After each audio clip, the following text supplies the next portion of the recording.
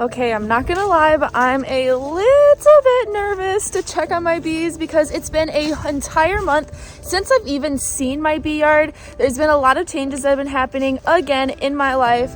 But as you guys know, my hives are looking just a little bit, maybe a lot light coming into the fall time and winter time this year because of all the late splits that I did last year. So I guess let's see just how well they're doing, and hopefully they didn't run out of sugar.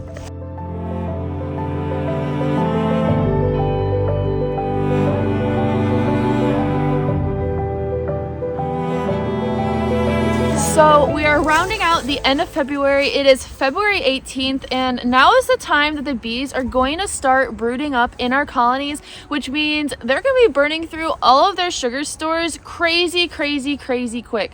So that's why I'm a little bit nervous to check on the hives today because, like I said, it's been a month since I've been here. I think I put enough sugar on, but we've also had some warm spells, so they could have burned through all the sugar. So we're going to get to that right here in a second. But first, I do just want to update you guys a little bit on everything that's been happening in my life, since I haven't really given you guys an update since that last video I did a few months ago. A lot has been changing again in my life. So I ended up moving, and I'm going to end up moving this entire bee yard fairly soon. Again, I know, but the woods is not really the best place for the bees. It's been pretty cold here in the winter time. So usually when they'd be able to come out of the hive and like defecate and just at least relieve themselves outside the hive, they haven't been able to do that because the temperatures are still pretty cold. So they're gonna be moving here pretty soon. But also I am now working a third shift job at a factory so that I can save up enough money to expand as quickly as I'm wanting to expand this year. I've been saying over and over again that big things are coming this year, and I'm really excited about that. So I've been working my tail off trying to save up as much money as possible so that I can make the BeeFit bee yard an actual thing. And I am super excited about that. So if I look a little bit tired, that's why. Running on 2 hours of sleep right now. But also, I just moved to the east side of Michigan, where I have teamed up with a local queen breeder that I am breeding queens with and bringing a very hardy mite resistant strain, at least so far, since through all the testing that we've been doing on it. But the last couple of months has really been a journey in finding myself and who I am. You guys know how life is in your 20s. Everything is just always quickly evolving and changing. You're always growing, and that has definitely been happening the past couple months. And it's just crazy how it always seems to be that right when we get really stressed out or really upset about something, life just somehow manages to just make everything fall right into place exactly as it should, right when it should.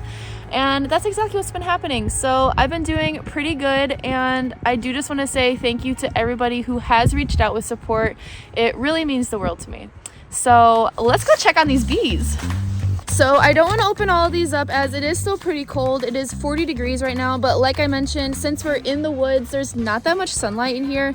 And it stays pretty damp in here for the most part because it isn't able to dry out from the sun very quickly. So I don't want to end up disturbing them and making them get all riled up again, but I am just going to make sure that at least the sugar stores are doing okay and that they're not running out. So let's see.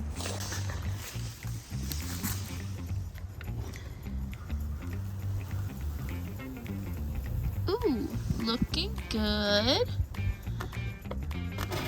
It's looking like a lot of my clusters are starting to grow, which means they are brooding up. It is that time of year that they're going to start ramping up for springtime, and that is always an exciting thing. Got quite a bit of sugar and bees in there.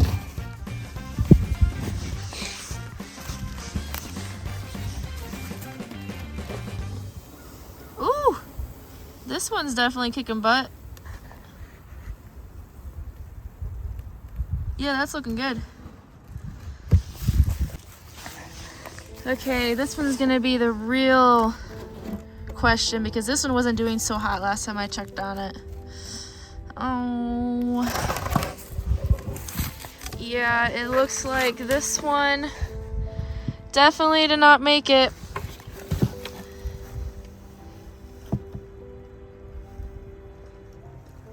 Well, consider this a learning lesson, not only for me, but for all of you guys. When you make really late splits in the year, this happens because they end up not having enough food because you split them too late and they end up collapsing. But let's see what this hive actually died of so we can get a better idea of what's going on in here. Let's get this off here.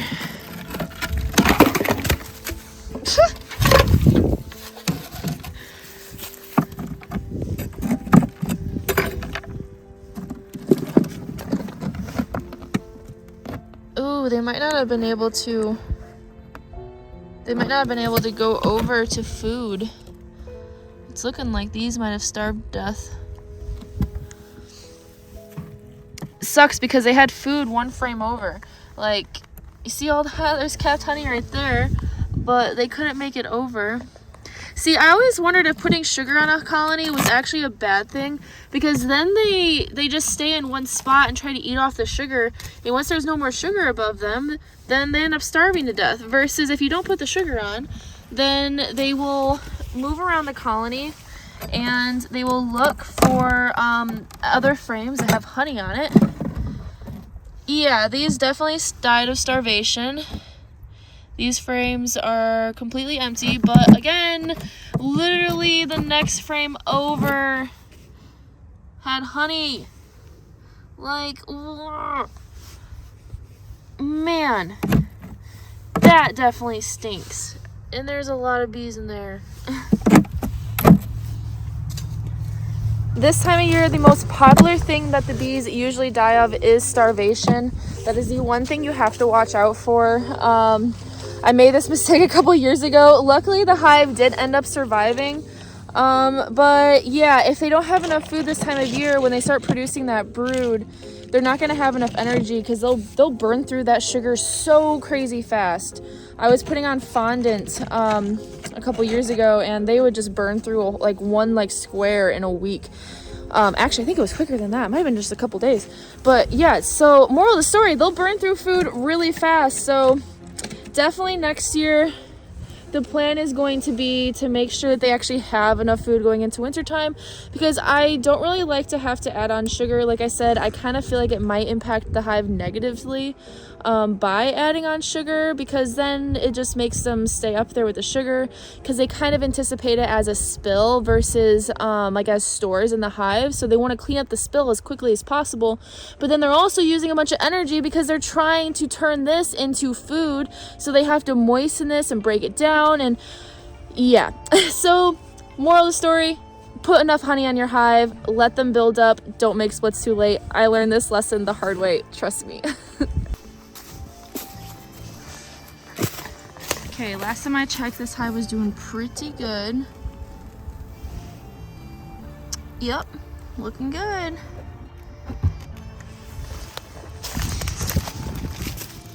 It appears to be that they actually are not burning through that much sugar at all. They're actually conserving their food pretty well. I'm impressed with that. Yeah, these are looking really good.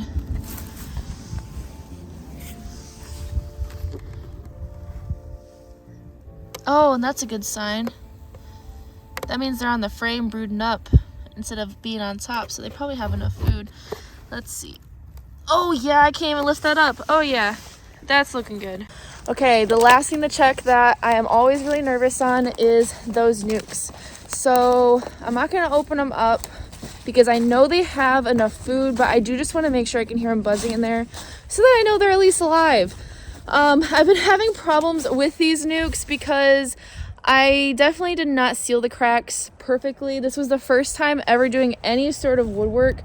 So I'm definitely a rookie when it comes to that. And I should have sealed up the corners a little bit better because there's been some moisture leaking into the colonies. So yeah.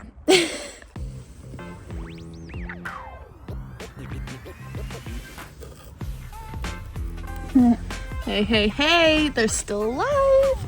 Okay, that's good. This was my most important one. This was Balana, the one I've talked about.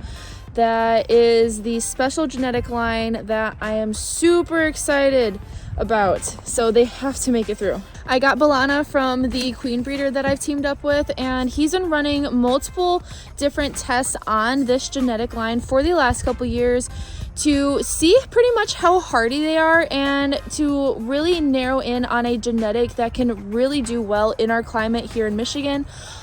So he's done some things like frugality tests, and these bees can go through the winter time with only using a couple frames of food, and they'll always have frames of food left over. And also he always overwinters them in nucs, like insane. They're able to keep warm and not use a bunch of food and build up crazy quick in the springtime. Like, that is definitely a win. So I'm really hoping that this hive makes it.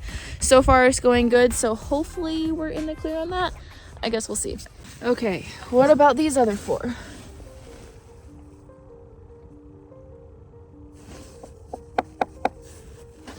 Don't yell at me for not getting the hive. I know it's not, you're not supposed to do that, but I had to make sure they're alive. Okay, I hear some buzzing. What about the next one?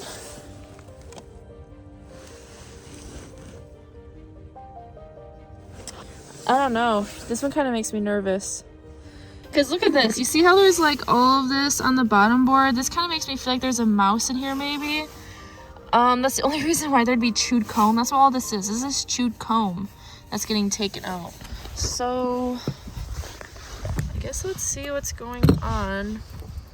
I really hope it's not a mouse. I freaking hate mouses or mice.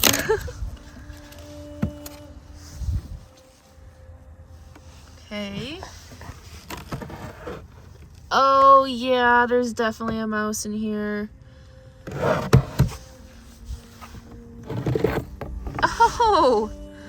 Oh, don't you just love that? Isn't that just lovely? No, this is not your home.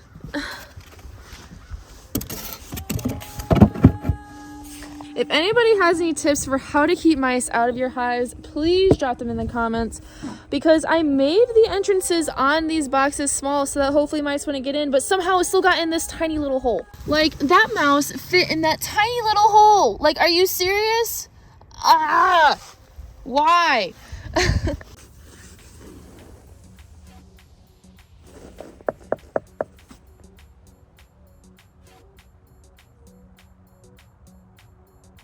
I don't know.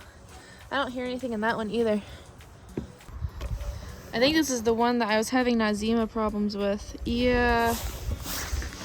So when you open up a colony, yeah, you see how dirty that is?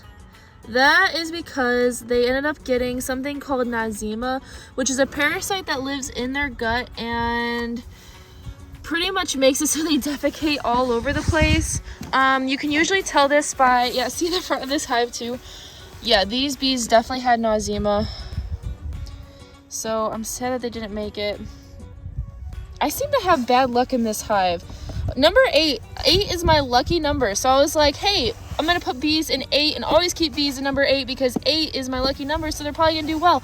But it seems to be that every single time I put bees in this nuke particularly, they always die. Like,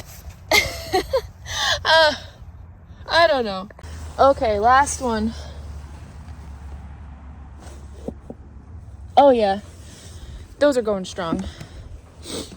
Those are looking good. Well, it looks like I was nervous for no reason. It looks like we're only down 3 colonies. The rest are still going strong, looking great, starting to build up for springtime. March is in a week and a half. It is coming so quick, and like I keep saying, I'm so excited because springtime means it's bee season, and that is the best time of the year. So dang, I'm so relieved now. I was all nervous that my bee yard wasn't gonna be doing that well since, like I said, I haven't been here in a month, but I'm happy to see that they're doing absolutely great. So, and just a heads up guys, if you notice that I am slowing down a little bit on videos, no worries. Like I said, I am working third shift right now, but I will be ramping up again very soon. So trying to keep up with everything happening in my life right now the best that I possibly can. But As always, thank you guys so much for being here. Oh, and also, I am teaching a bee class in at Napoleon Bee Supply on March 18th for new beekeepers. It is completely free, so if you're a new beekeeper and you're wanting to learn some tips on how to get into beekeeping, what are some of the things that you need to know, and what are some of the things you need to get, pretty much all of the basics on beekeeping, come to the class. And the space is very, very limited. We're already up to 38 people. And he's only allowing, I think, around 50 people in the class at all. So there's only a limited amount of space left. So make sure you go sign up because it's going to fill up really quickly. And I would really love to see you and meet you all. But okay, that's all from me. I hope you guys are keeping warm as always and having a great and amazing February. And I will see you guys in the next one.